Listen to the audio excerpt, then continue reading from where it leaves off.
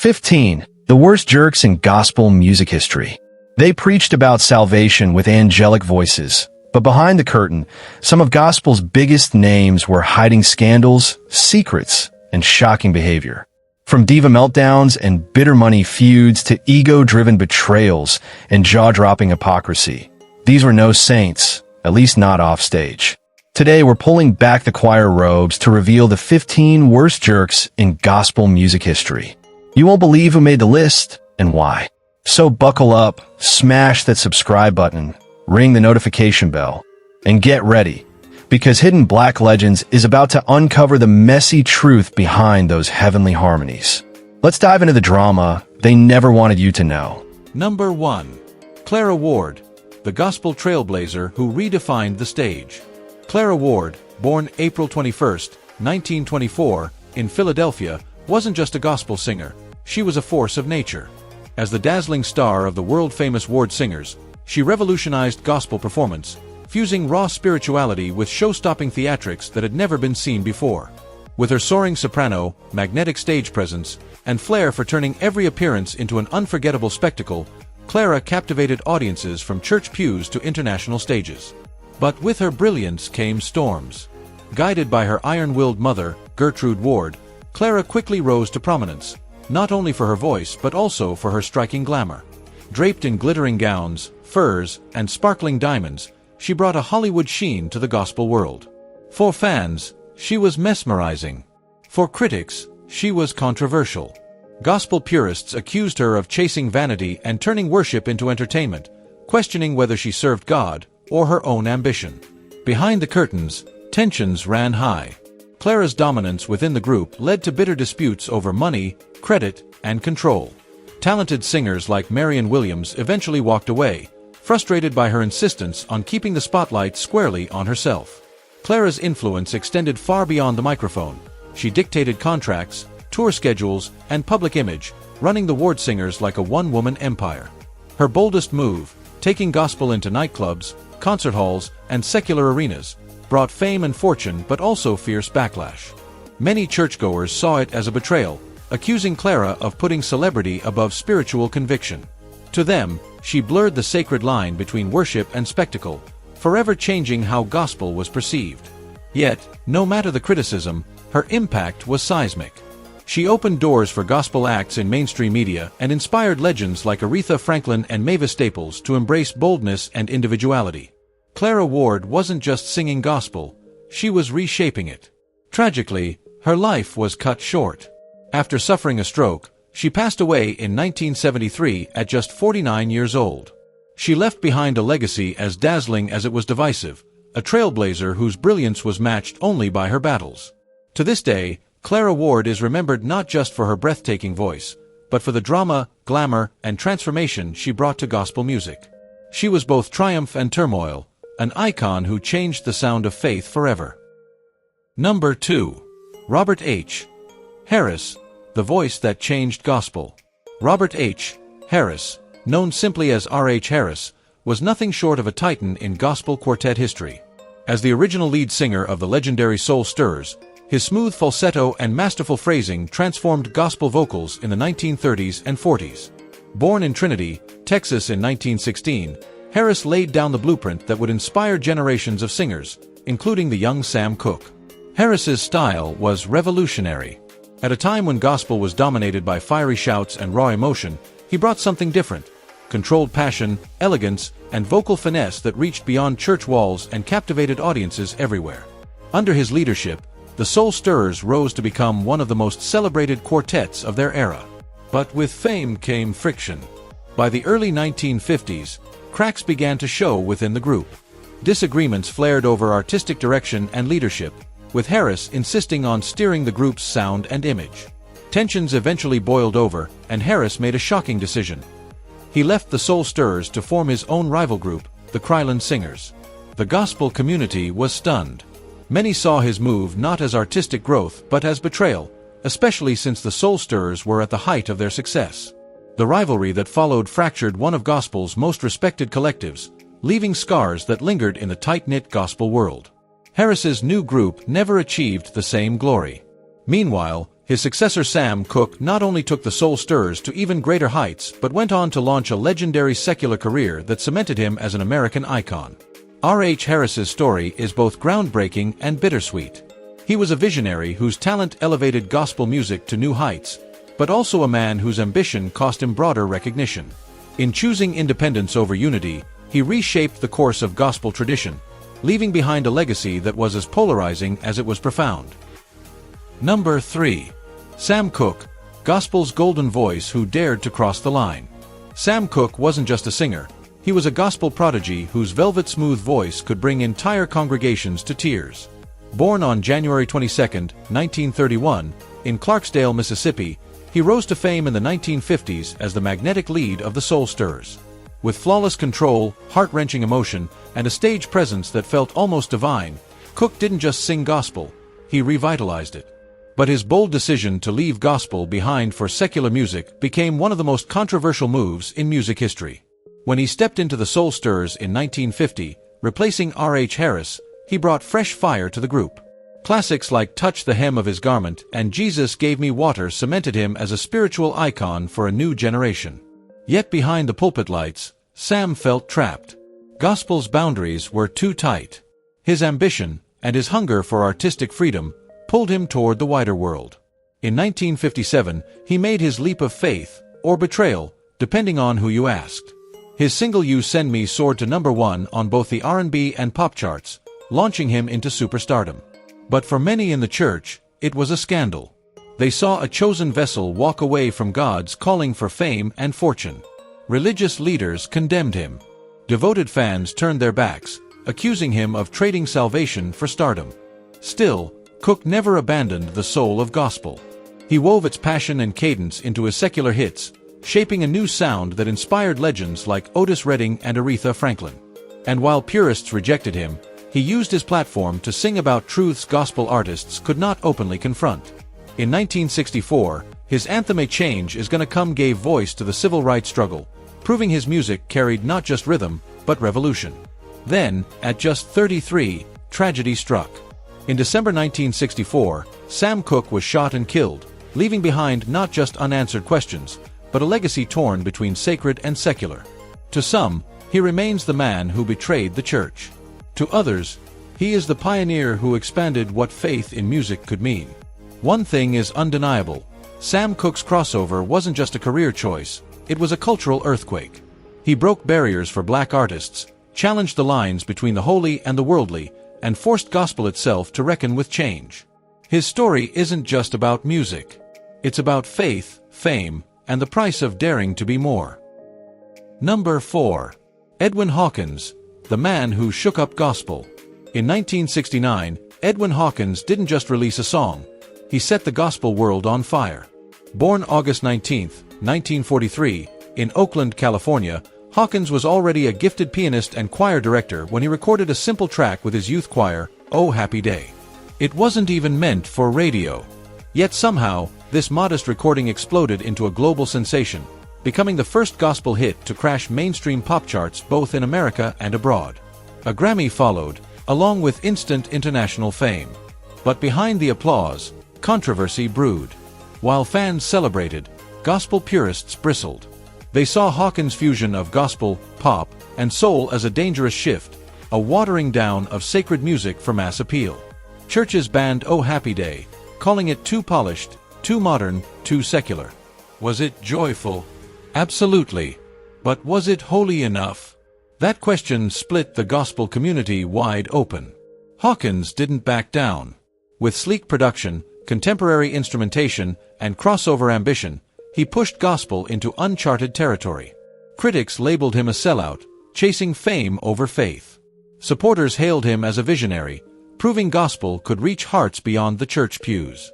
The tension between tradition and innovation followed him his entire career. Some ministers dismissed him as an opportunist, others quietly admitted he had changed the game forever. Offstage, Hawkins kept a low profile, though colleagues sometimes found him distant or perfectionistic in the studio. He wasn't caught up in scandals, but his relentless drive for excellence and control could make him seem aloof. Still, his contributions are undeniable. Without Edwin Hawkins, there may never have been Kirk Franklin, Yolanda Adams, or Mary Mary. He paved the road for a new generation by daring to break the rules. When Hawkins passed in 2018 at the age of 74, tributes poured in across genres, hailing him as a trailblazer who redefined gospel music. Edwin Hawkins didn't just sing about joy, he sparked debates, fractured traditions, and reimagined what gospel could be. For better or worse, he changed everything. Number 5. Thomas A. Dorsey. Often celebrated as the father of gospel music, Thomas A. Dorsey was a man who reshaped the sound of American faith. Born on July 1, 1899, in Villa Rica, Georgia, he first rose to fame under the name Georgia Tom, a blues pianist and composer known for his raw talent and success on the secular stage. But tragedy forever altered his path. In 1932, the devastating loss of his wife and newborn child drove him into a spiritual awakening that redirected his music toward God. From that heartbreak came a new sound, gospel, a genre that fused the soulful rhythms of the blues with sacred devotion. Out of this fusion emerged timeless anthems like Take My Hand, Precious Lord. Yet Dorsey's rise was anything but smooth or saintly. His musical brilliance was matched by a reputation for perfectionism and a leadership style many found authoritarian. He demanded strict control over how his songs were performed, often clashing with choir directors and artists who longed for creative freedom. Stories from the early days of his publishing house describe a man quick to confront anyone he believed was disrespecting his work. In 1933, he co-founded the National Convention of Gospel Choirs and Choruses, a groundbreaking institution that trained singers and standardized the gospel tradition. But for many, his rigid rules left little room for improvisation or innovation. Even his shift from blues to gospel stirred turmoil. Many churchgoers scorned his music at first, calling it too worldly. Though deeply wounded by such rejection, Dorsey refused to bend. His persistence eventually silenced critics, but insiders say he never fully forgave those who doubted him. Behind the soaring spirituals was a man both visionary and volatile, driven to protect the music he birthed, sometimes to a fault. Still, Dorsey's influence is undeniable. He mentored legends like Mahalia Jackson and helped shape generations of gospel performers. His legacy straddles reverence and resentment, a pioneer who gave gospel music its foundation, but who guarded that foundation with an iron fist. When he passed away in 1993 at the age of 93, he left behind more than a body of work. He left a movement born of pain, faith, and an unyielding will. His story is one of genius forged in grief, innovation laced with ego, and a ministry built on both divine inspiration and fierce personal control. Number 6. Ira Tucker wasn't just a gospel singer. He was a storm that swept across the stage. As the magnetic frontman of the Dixie Hummingbirds from 1938 until his passing in 2008, Tucker redefined what gospel quartet music could be. Born on May 17, 1925, in Spartanburg, South Carolina, he joined the group at only 13 years old. From that moment on, he injected a level of fire, flair, and showmanship the gospel world had never seen. Fans adored his explosive stage presence, but behind the cheers lay controversy. Tucker's fierce ambition and unrelenting drive often divided peers. His performances were legendary, diving off stages, sprinting through aisles, even singing while rolling on the floor. To audiences, it was electrifying. To traditionalists, it was blasphemy, worship turned spectacle, applause replacing reverence. Tucker's hunger for dominance didn't stop at the spotlight. Determined to crown the Dixie Hummingbirds as gospel's greatest, he often clashed with rivals like the Five Blind Boys of Alabama. His boldness bred decades of feuds. Colleagues called him arrogant, dismissive, even ruthless. Within his own group, he ruled with an iron will, deciding the set lists, the creative direction, even the group's image. Many credited him for the Hummingbirds' enduring success, but others whispered that his dominance left little room for individuality. Yet, Tucker's influence reached far beyond gospel. James Brown and Jackie Wilson both looked to him as a performance idol. His ability to fuse sacred spirit with raw energy helped shape the very DNA of rock and roll. But Tucker never softened his persona for the sake of unity or humility. He remained a polarizing figure, as admired as he was criticized. Even into his 80s, Tucker tore across stages with the same unstoppable energy. When he passed away in 2008, gospel lost not only one of its boldest voices but also one of its fiercest competitors. Ira Tucker left behind a complicated legacy, proof that passion and ego often travel hand in hand, and that breaking boundaries can sometimes mean breaking relationships. His name stands as a monument to excellence, but also as a reminder of the razor-thin line between fearless leadership and unchecked pride. Number 7. Mahalia Jackson. Mahalia Jackson, born on October 26, 1911, in New Orleans, reigned as the undisputed queen of gospel for much of the 20th century. With her rich contralto voice and unshakable devotion to her Christian faith, she became more than just a singer. She was a force of spiritual strength and a beacon of integrity. Her soul-stirring classics like Move On Up a Little Higher and How I Got Over didn't just fill church pews. They fueled the fire of the civil rights movement, becoming anthems of hope in America's darkest hours. But behind those angelic vocals was a woman of iron will. Mahalia was uncompromising to the core. She fiercely guarded the sanctity of gospel music, rejecting every offer to go secular, even when it meant walking away from massive record deals and prime television slots. To her, gospel wasn't entertainment. It was ministry. This defiance earned her the admiration of pastors and believers, but also the frustration of industry executives who saw in her the potential to become a global crossover star. Jackson wasn't just a singer, she was a savvy businesswoman. She demanded fair pay, set her own schedule, and expected absolute professionalism. In a male-dominated industry, these standards gave her control over her art, but also led some to brand her as difficult. Promoters who tried to exploit her often found themselves clashing with a woman who would not bend, not break, and never be silenced. Her influence stretched far beyond the choir stand. A trusted ally of Dr. Martin Luther King Jr., Mahalia sang at the historic March on Washington in 1963, her voice echoing through the heart of the movement. Yet even in activism, she stayed true to her spiritual compass, often prioritizing purity of faith over political compromise, a stance that sometimes sparked tension among fellow leaders. When she passed in 1972 at just 60 years old, Mahalia left behind more than music. She left a legacy carved in stone. She was not only the voice of gospel but also its fiercest defender. Mahalia Jackson proved that true greatness isn't just about how loud you sing, but how firmly you stand. Number 8. Andraé Crouch. Born on July 1, 1942, in San Francisco, Andraé Crouch is often remembered as the man who transformed modern gospel music. Over a career that stretched more than 4 decades, he dared to fuse the sacred with the secular, blending traditional gospel with the energy of pop, R&B, and even jazz. Songs like Soon and Very Soon, The Blood Will Never Lose Its Power, and To God Be the Glory became timeless church anthems. But while his artistry earned him Grammys and global acclaim, his bold crossover style drew fire from traditionalists.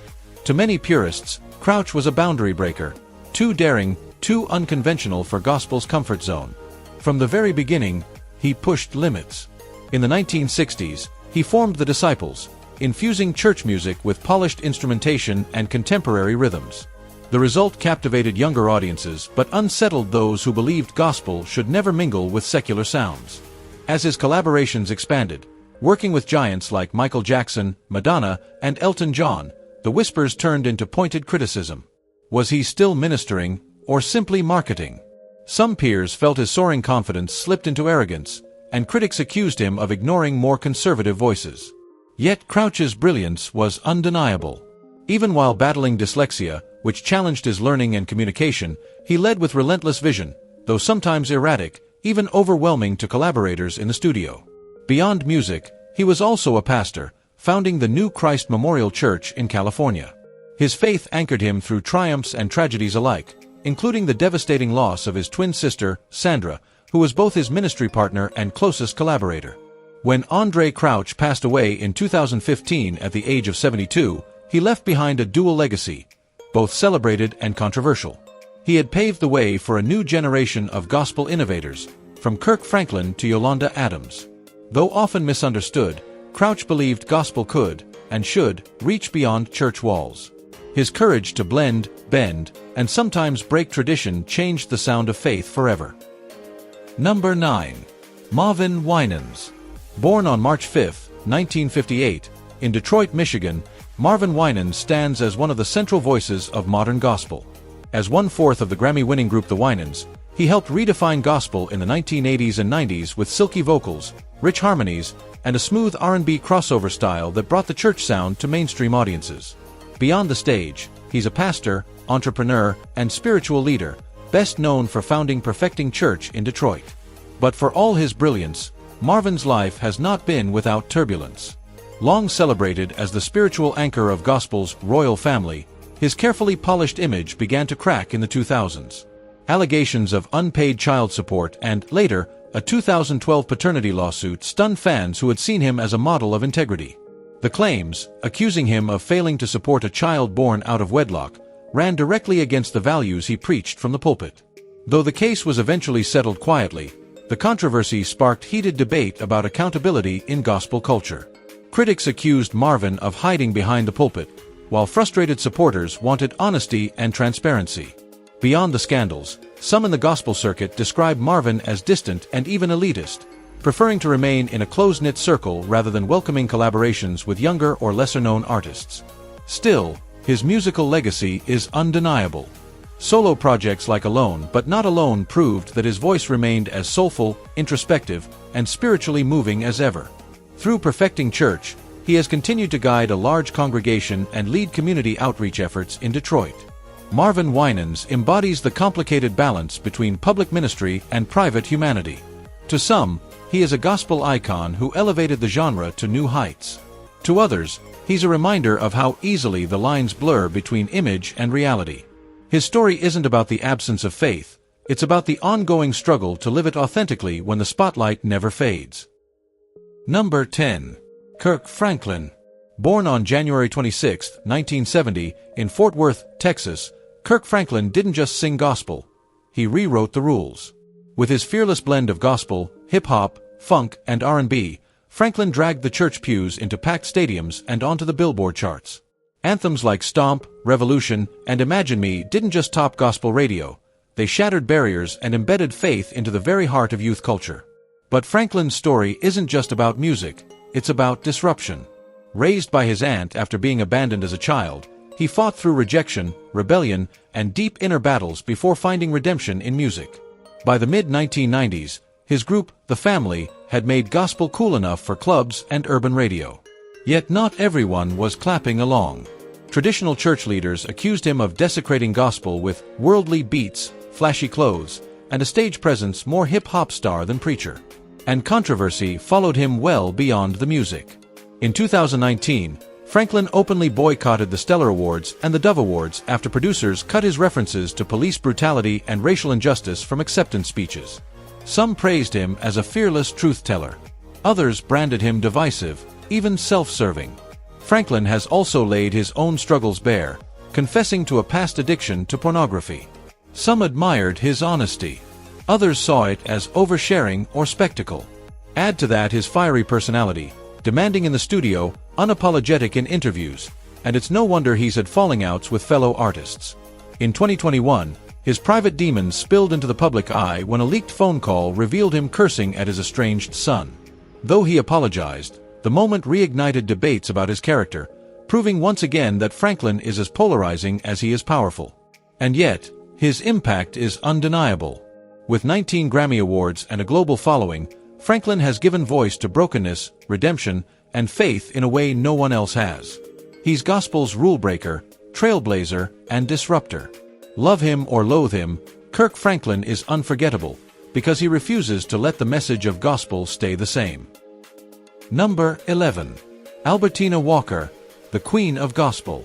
Albertina Walker, born August 29, 1929, in Chicago, Illinois, will forever be remembered as the undisputed Queen of Gospel.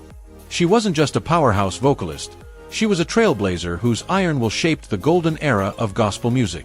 As the founder of the legendary Caravans, one of the most influential female gospel groups in history, she nurtured and mentored future icons like Shirley Caesar, Dorothy Norwood, and Inez Andrews. But behind those soaring choruses and regal stage presence was a leader with a reputation for being tough, uncompromising, and fiercely protective of her spotlight. Walker began her career in the 1940s with the Robert Anderson Singers, before daring to create the Caravans in the early 1950s. Her vision was bold, to assemble a powerhouse team of elite female voices that would dominate the gospel circuit. She succeeded, but at a cost. Within the caravans, Albertina ruled with an iron fist. She controlled everything: set lists, billing order, and the group's image. Her determination to remain the face of the ensemble often caused friction, especially with the brilliant young Shirley Caesar. Caesar's charisma and unmatched stage presence quickly stole the spotlight. Though Walker recognized her talent, she reportedly resisted sharing center stage. Tensions over money, credit, and creative control escalated until Caesar finally left the caravans in 1966, a departure that shook the gospel world. Whispers spread that Walker's unwillingness to loosen her grip had driven the wedge. Still, no one could deny Walker's brilliance as both an artist and a businesswoman. She ran her group like a corporation, ensuring professionalism, precision, and unmatched performance quality. Yet that same perfectionism earned her a reputation as stern and unyielding, particularly with those who dared to challenge her authority. After the caravans, Walker soared as a solo artist, releasing celebrated albums like Please Be Patient With Me and I Can Go to God in Prayer. She remained a commanding force in ministry and music until her passing in 2010 at the age of 81. Albertina Walker's legacy is one of power, mentorship, and unapologetic dominance. She launched careers, demanded excellence, and stood tall in a world where gospel women were expected to step aside. In the House of Gospel Legends, Albertina Walker reigned supreme, regal, commanding, and unforgettable. Number 12. Shirley Caesar, the First Lady of Gospel. Born on October 13, 1938, in Durham, North Carolina, Shirley Caesar has long been celebrated as the First Lady of gospel music, and for good reason. With a career spanning more than 6 decades, over 40 albums, and a dozen Grammy Awards, she's a towering figure whose voice and presence have inspired millions around the world. But behind the glory lies a story not just of divine talent, but also of ambition, controversy, and the struggles that come when a star shines too brightly. Caesar's gospel journey began as a teenager in the 1950s, when she joined the caravans under the leadership of Albertina Walker. Almost instantly, her fiery vocals and theatrical preaching style stole the spotlight. Audiences couldn't take their eyes off her, and it wasn't long before her popularity outgrew the ensemble itself. But that shift in attention created tension. Rumors of disputes over billing, pay, and creative freedom swirled. Some members whispered that Caesar's hunger for the stage was splintering the group. In 1966, she made the bold decision to go solo, a move that shocked her fellow caravans but also confirmed what many had suspected. Shirley Caesar was destined to walk her own path. Her solo career soared with classics like No Charge and He's Working It Out For You, cementing her place as a gospel powerhouse. Yet, as her fame exploded, so did the criticism. Former collaborators accused her of forgetting her roots, of overshadowing those who once stood beside her, and of cultivating an image of humility while carefully shaping her rise. Her commanding presence has always been both her greatest strength and her sharpest weapon. As a singer, pastor, and public figure, Caesar wields an authority that some find awe-inspiring and others intimidating. Behind the scenes, colleagues have occasionally described her as exacting, even calculating, far from the humble servant her public image suggests. But no matter the controversies, her legacy is undeniable. Shirley Caesar didn't just preserve gospel music, she pushed it into the mainstream while keeping its spiritual fire alive. Her performances remain raw, real, and electrifying, reminding audiences that gospel is more than music, it's ministry. In the end, Shirley Caesar's story is one where greatness and controversy walk hand in hand. She didn't simply follow the path laid before her, she blazed her own, unapologetically and unmistakably. Not a tale of rebellion, but of a woman determined to sing louder than tradition could ever contain. Number 13. Walter Hawkins. Walter Hawkins, born May 18, 1949, in Oakland, California, wasn't just another gospel singer. He was a visionary who reshaped the very soul of gospel music. As a minister, songwriter, and the driving force behind the iconic Love Center Church and Love Center Choir, Hawkins fused the rich traditions of the Black church with fresh, contemporary sounds that drew in younger, more diverse audiences. Classics like Thank You, Lord and Change didn't just climb charts, they became anthems of faith for generations. But behind the pulpit and the powerful choir harmonies, Walter was a man of contradictions. His relentless pursuit of perfection often came at a cost. To some, he was a genius. To others, a demanding leader whose need for control sometimes fractured relationships. Even within the illustrious Hawkins family, which included his famous brother Edwin and sister Lynette. Clashes over style, performance rights, and ministry vision occasionally left wounds that took years to heal. In the Love Center Choir, his exacting standards became legendary. Walter oversaw everything: vocal arrangements, instrumentation, even wardrobe. Rehearsals stretched for hours until every note met his standard of excellence. While many admired his discipline, others quietly resented feeling more like background players than true collaborators. Some choir members even accused him of stifling their voices despite their vital role in the group's success. Still, Walter Hawkins was more than a perfectionist. He was a pioneer. His Love Alive album series, beginning in 1975, sold millions and forever changed the sound of gospel by infusing it with soul, funk, and deeply intimate worship. He was both a builder and a breaker of traditions, a man who could inspire with one hand and unsettle with the other. Even amid the tension, his ministry thrived. Celebrities, outcasts, and everyday believers filled his church pews, seeking not just music but healing. His sermons carried the same fire as his songs: raw, heartfelt, and unshakably spiritual.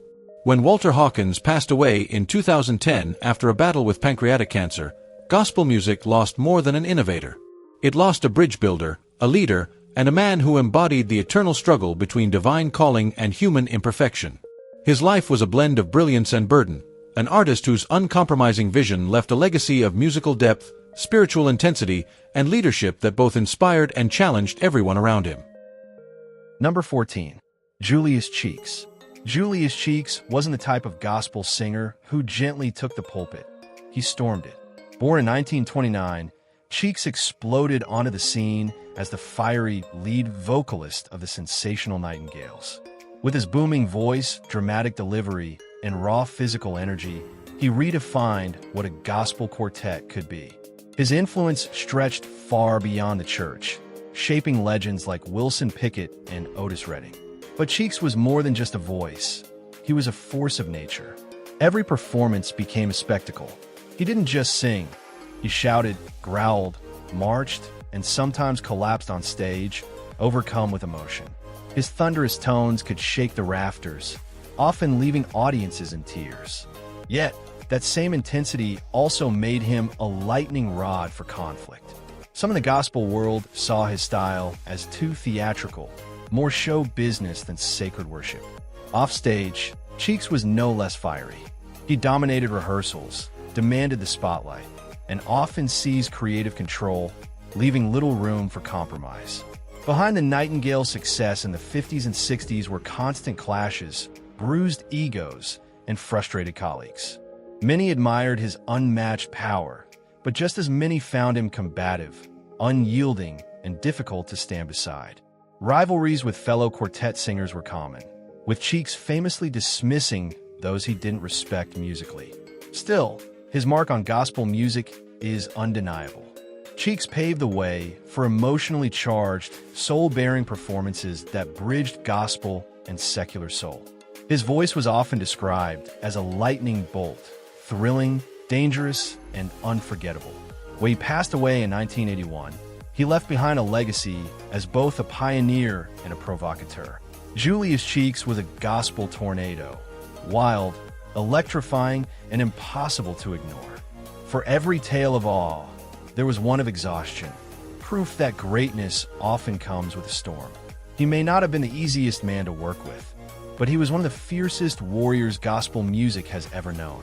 So, were these gospel legends simply flawed human beings trying to balance faith and fame? Or did their actions betray the very words they preached? From the pews to the world stage, their stories reveal the messy collision of power, pride, and purpose. We've heard the hits. Now we uncover the headlines. Do you think they still deserve to be celebrated despite the controversies? Drop your thoughts in the comments, and don't forget to like, share, and subscribe to Hidden Black Legends, where truth meets legacy and no story is too sacred to be told.